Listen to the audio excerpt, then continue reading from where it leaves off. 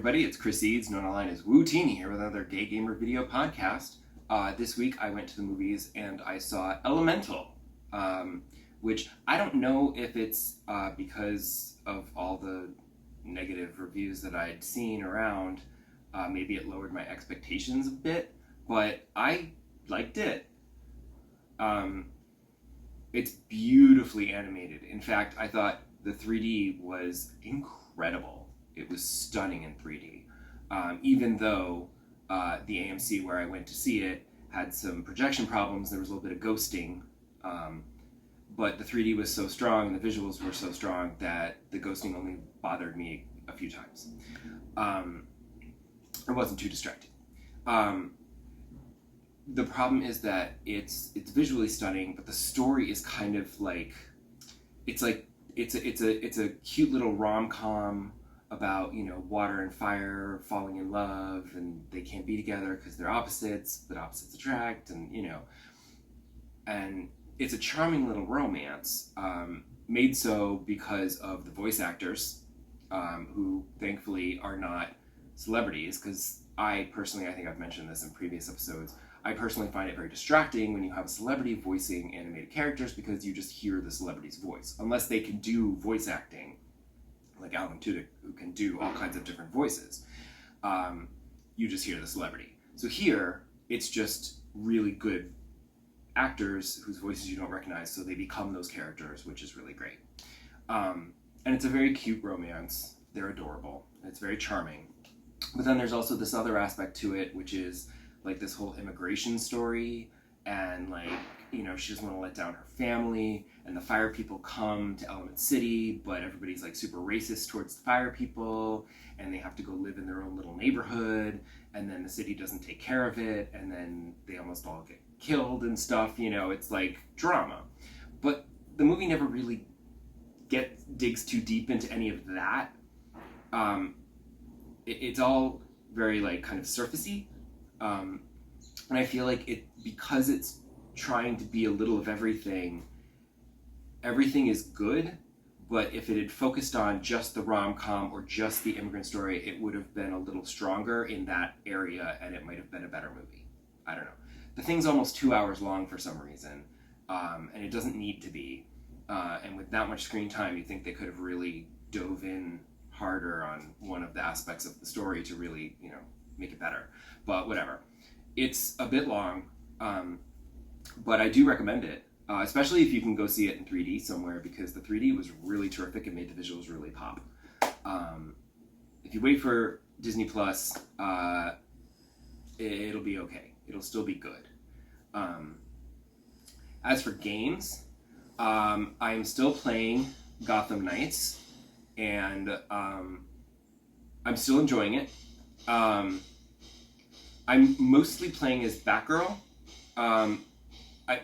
Apologies for that construction if you can hear it. I'm mostly playing as Batgirl. I had tried everybody in the beginning, but I'm settling on I tried Nightwing a little bit too, but I'm mostly Batgirl now.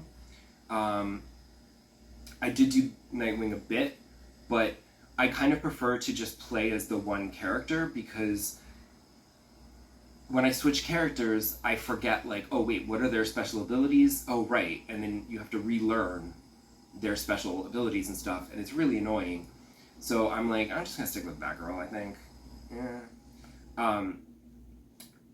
There was also a section where I played with Nightwing where it's been getting better. Like I said last episode, I've gotten better. I've leveled up enough that like I'm not getting my ass handed to me by the bigger villains, the bigger enemies. But there was one section on this mission where there was like this frickin' death trap obstacle course full of like blades and spikes, and everything was on fire, and I was just like, oh my god. And I died a few times, and then I got to this section of the obstacle course where I just died literally every time I tried to get through it. Because if you touched one little tiny thing, you died instantly. And, you know, I was like, fuck. It was getting really frustrating, and especially because I was like, oh my god, am I never going to be able to finish this game? Because it's not like a boss you can't beat, so you can go off and level up and come back with better equipment and stuff, and then you can defeat them. This is literally like, I can't figure out how to move past these spikes and flames without getting brushed gently by a spike and then dying instantly. Like, there's no other way around this. So I just kept pushing through, and I eventually did get through it, thank goodness. But that kind of sucked. But overall, the difficulty level has been okay. I'm also not crazy about the costumes. As a comic book fan, some of these costumes in this game are hideously ugly, and I would prefer to have a comic book style costume. And when I bought the game, there was one of the DLC packs was also on sale, and it contained costumes. I think they were designed by Jim Lee, and they were a little bit more comic booky looking. Even though they weren't the actual comic book costumes, they were still, armor, but they looked more like the comic book style. And I was just like, but I didn't buy it because it was like $6, and I was just like, I'm paying like $23 for this game, so the ratio of like that's a good price for a full video game, but then to pay like $6 for DLC that's just going to be, I mean, there's like other bonus content, like you get like some other upgrades and materials and whatever, but like just so that I could play in a costume that looks more like the comic book, it wasn't really worth $6 to me. Like, I'll suffer through some of these ugly costumes. They're not all horrible, and there are skins that you can place over the particularly ugly ones, and while the majority of the skins are also quite ugly, there's like one or two that are like, okay, I can bear to look at this, The other thing that's weird is, I think I mentioned it in the last episode, was that you go out on your mission, your nightly patrol, and there's your main mission icon on the map, but then there's also like other side things to do, and some of those are the premeditated crimes, and some are like other side things that you can do with other characters and whatever. And when you finish your patrol for the night, whether you've done your main mission or not, whatever, some of those go away. The premeditated crimes will go away. The other side stuff tends to stick around. But like, it's weird because while primarily the main story is fighting the Court of Owls, which, as a comic book fan, but there are other Batman villains in there to fight. You've got Clayface and Harley Quinn and Mr. Freeze, but those don't show up on the map as icons for side quests that you can go do. You have to go into the back computer and like select those particular side missions, and then you don't go out into the open world of Gotham. You literally you say, okay, I'm going to do Mr. Freeze, and it's like, okay, we're going to send you, here you are at the giant building that he turned into a giant popsicle, and he has a weather machine on the roof, and you got to take care of that. And you go and do that, and then when you're done, it ends and you're back at the Belfry. There's no exploration, there's no side quest, there's no nothing, it's just direct mission, which is also kind of weird. And so it just doesn't feel like a big open world game. Oh, also, that Mr. Freeze fight was a bitch. He sucked. But thankfully, they did that thing that some games do, which I appreciate, where if you get to a certain point of the boss fight and then you die, it starts you halfway. So his health bar is like halfway down and stuff, which I appreciate. So I don't have to start over at the very beginning. You start over at the middle.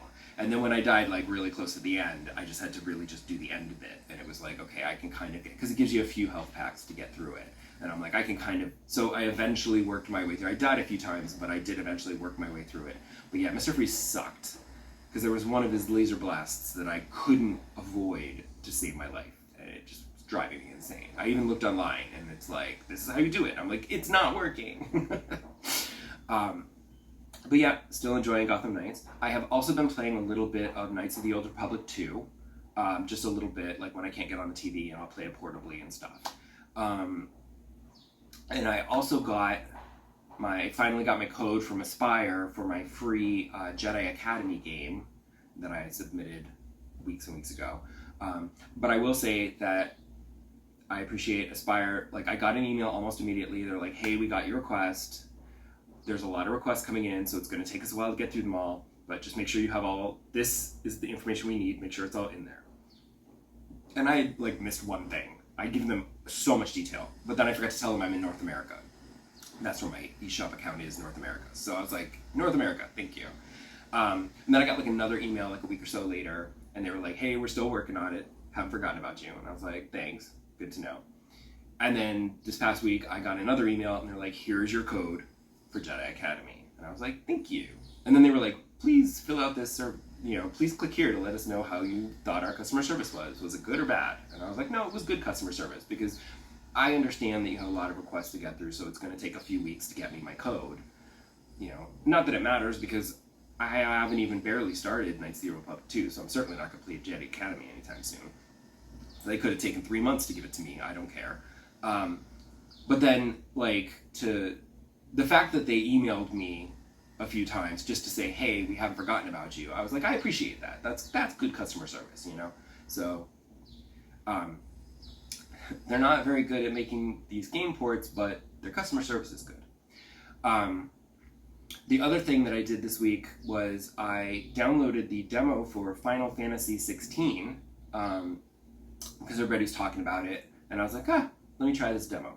Which is weird, because the game literally just came out, and it's like there was a demo available the week of the game's release, which I'm like, that seems like when you want to get the demo out earlier, get people hyped up for it. It came out so close to the game, I'm like, what's the point? But I was curious, because I had heard about the demo and how the combat in Final Fantasy 16 is more like an action game, and I'm like, interesting. Because, as you know, if you are a regular viewer of these podcast videos, I like my traditional turn-based RPGs. So, I enjoy an RPG, but sometimes the RPGs get a little creative with their battle systems, and demos for RPGs are very good because it lets you try the demo, it lets you try the battle system and see if you like it or not. Because I've bought RPGs where I'm like, I hate this battle system and it sucks to play, and now I don't want to play this game, and I've wasted my money. So, the fact that it's basically an action game, I'm like, that sounds interesting, maybe I'll like this one. Because I can't even remember, the last Final Fantasy game I played was 13 maybe, and I didn't really care for it. I think it was 13. The last one that I liked was Final Fantasy X-2, because I am a homosexual, and as a homosexual I loved Final Fantasy X-2 because, duh. So I kind of don't really care for the Final Fantasy games anymore, but it would be really cool if I would enjoy one again, because you never know. Assassin's Creed got it back after I was like, oh, these games suck, I don't like these, and then they're like, no, we've changed, and now we're really awesome, and I'm like, yes, you are. So maybe Final Fantasy will have done that? I don't know. We'll find out. But you won't find out next week, because next week is the 4th of July holiday, so I will not be around to shoot one of these videos, so maybe in the next 2 weeks I will have paused Gotham Knights and given Final Fantasy 16 a try, and I'll let you know what I thought of it. I'll see you then. Bye!